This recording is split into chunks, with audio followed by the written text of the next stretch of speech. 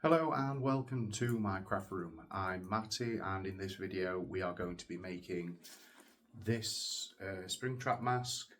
It's been made for my daughter for this Halloween. She's obsessed with FNAF, so follow along. I've cut 26 inches of foam. I'm going to glue it end to end just like I did last time to make a cylinder, and then chop triangles into this to join it and make it into like a helmet. I have added the muzzle area and the bridge of the nose because on this one it swoops upwards. I plotted the eyes and fattened this bit up because all this is all going to be carved down into the muzzle shape. I have more of the rough shaped out. I've done the front of it now. Need to even this side out a little bit more. Once I've done that, pretty much mostly be scissor work, chopping away all the finer bits, cutting the eyes open. I have carved the head down, carved it all around. I've had to make a few repairs on the nose because I cut a little bit too close with the eye holes. But that's the top bit done, ready for putting material on it. I'm now moving on to the ears. So the ears are basically two little bits of cardboard that I've cut out, trace onto here. That's for the the full ear, which I think is the right ear, and then that's the broken ear. I'm going to put some craft wire inside, bend it to shape so then I can pose the ears if I want to later on, but to make that thicker I'm winding round a few thinner pieces. We are at my least favourite part of the process, and that's wrapping it in cling film and duct tape to make a pattern. This part's not so difficult, it's the patterning that I find a pain in the ass. So I'm going to get on with this, wrapping it with the cling film, and then I will be back to you when it comes to the duct tape. All covered up in a few layers of cling film. Now, for the duct tape, I like to do it in relatively small strips, like this. So I'm going to start at the top. I've done a full head. I'm going to completely cover the head because I don't think it's symmetrical, but if you can make it symmetrical, you'll only need to do half side, and then you can just mirror the pattern once you've created it.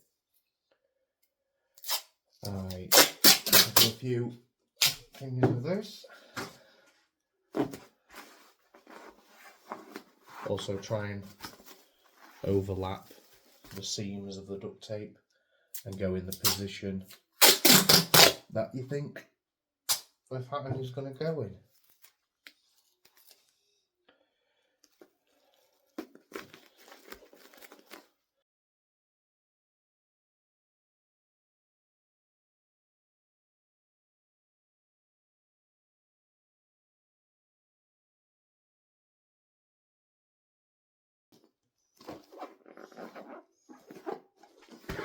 So there's the first layer on. I'm going to put another layer on of duct tape just to make sure it's quite a bit thicker and a bit more sturdy of a pattern. And then what I'm going to do is I'm going to split it dead centre, right, left and right on it, figure out where I need the darts and so on, and then transfer the pattern onto a piece of yellow fleece. And once that is done, I'll be able to start sewing and gluing it to the mask. I also have to do the ears and the lower jaw. I have all my pattern pieces cut out. Now I'm just going to trace them onto the material I'm using, and once I've done that, I'll start attaching them. These pattern pieces do not have a seam allowance, so once I've drawn them out, I will add a seam allowance to them. Yeah, that's about it for now, just tracing around the pattern pieces. And that's it. I'll get back to the when I have done. I've cut it, I've stitched it, And these are the pieces that are going to be attached to the head. I've not attached them yet because I still have to damage around the face and whatnot, and then I'm going to glue it onto the piece. So that's what I'll be doing next. I'll be probably drawing a bit of a thingy on the side, and then I will damage it, skin it. I've marked on with green pen roughly where I want to start taking chunks out and damaging it.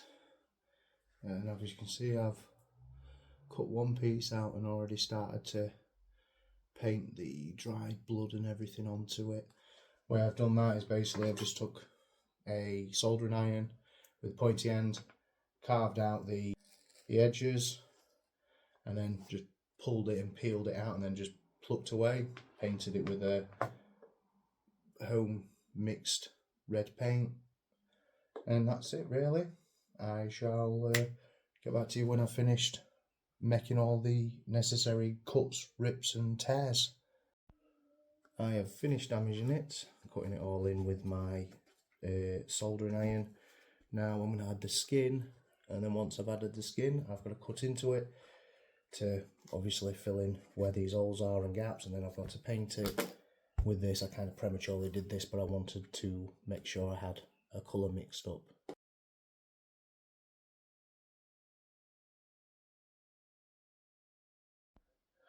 There we have it, the skin's on. I'm going to let the glue set in, and once the glue's set in, I'm going to come back and trim all these excess off and make it look a bit prettier. And then I'm going to start cutting away inside these bits, cut the eyes out, and then paint the damage on. Project's finally coming to a close. We are adding the gore details to all these rips and tears in the mask. I've mixed up a deep red coloured paint with browns, blue and a hell of a lot of red. I'm just going to be dabbing this darker tone into the foam and then adding highlights and whatnot, and then once I've done that I will be adding more age to it with the airbrush. So I'm just going to carry on doing this and then I shall get back.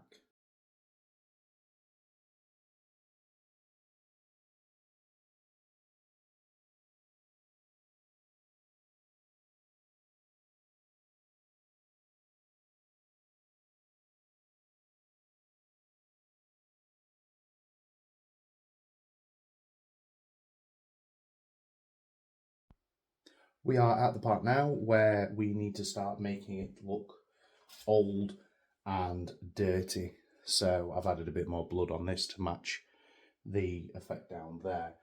So I've mixed up a dirty brown colour and I'm just going to airbrush it on. It's very watery. I'm going to airbrush it on and potentially use a sponge as well to dab certain bits where I want it to be a bit heavier. But generally I just want it to be a bit darker, a bit muddier, because I feel like this yellow looks a bit too new and fresh.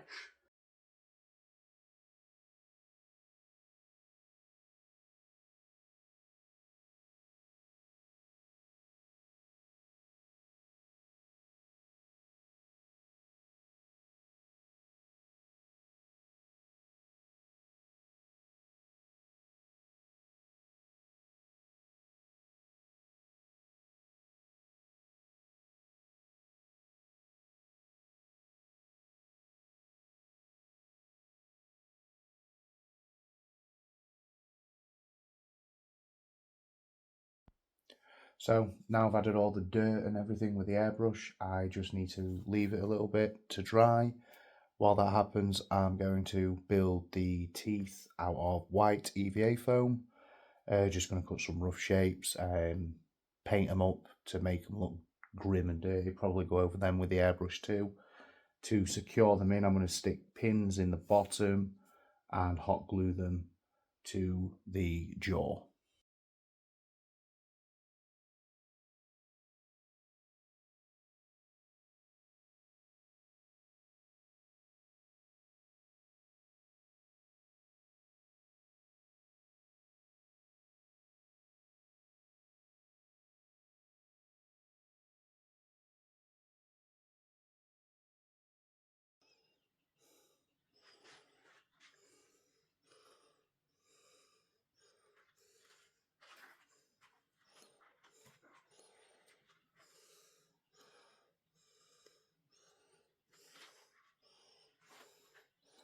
If you enjoyed that video, please let me know in the comments below and subscribe for more. Thank you very much and see you next time.